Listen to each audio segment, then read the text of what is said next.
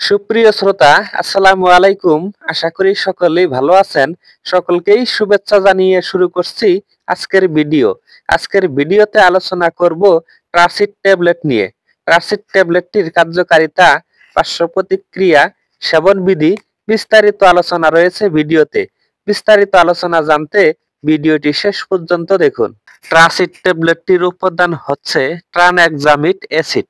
ট্রাসিড ট্যাবলেটটির প্রস্তুতকারক হচ্ছে বাংলাদেশের সুনামধন্য company acme laboratories pharmaceutical limited.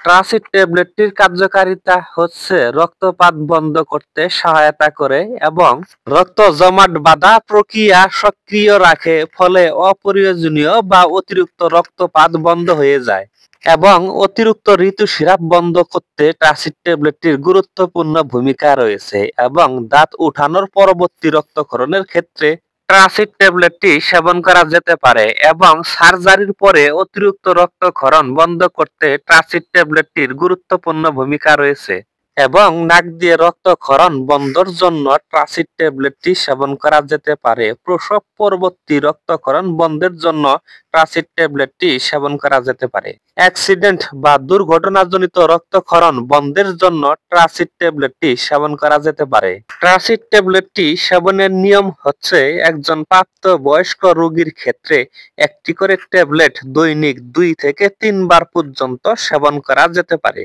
ট্রাসিড ট্যাবলেটটি সেবনের ফলে সাধারণ কিছু পার্শ্ব প্রতিক্রিয়া দেখা দিতে পারে, যেমন চোখে যন্ত্রণা, নাক বন্ধ হয়ে যাওয়া, চুলকানি বা ত্বক লাল হয়ে যাওয়া, মাথা ঘোরা, বমি বমি ভাব, পেট ফাঁপা, বদহজম, ডায়রিয়া ইত্যাদি পার্শ্ব প্রতিক্রিয়া দেখা দিতে পারে।